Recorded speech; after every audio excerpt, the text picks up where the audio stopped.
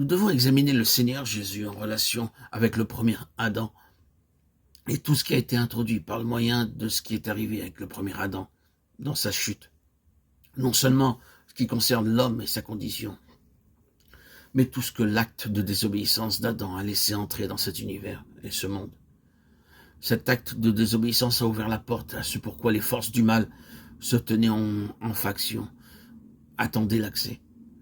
Adam a été cette porte. Elle n'aurait jamais pu entrer sans l'aide d'Adam, mais il ouvrit la porte par sa désobéissance.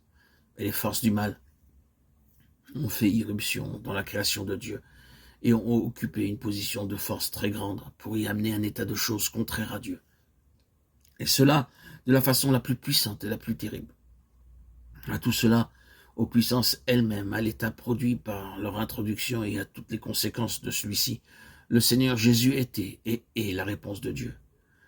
Mais il y avait un secret le concernant, un secret que les puissances spirituelles seules pouvaient vraiment discerner, et c'était que Dieu était en lui. Il était homme, mais il était bien plus que cela, il était Dieu. Notre préoccupation dans ces méditations a concerné ce que le Seigneur Jésus est en tant que Fils de l'homme, l'homme de Dieu, l'homme céleste, en qui Dieu se trouvait et se trouve.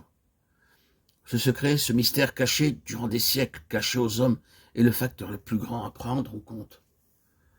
En ce qui concernait l'ennemi, son principal objectif en relation avec le Seigneur Jésus était de chercher à pénétrer entre lui et cette relation divine, d'enfoncer un coin et de quelque manière de l'amener à se mouvoir sur une base séparée de cette réalité interne et très profonde du Père.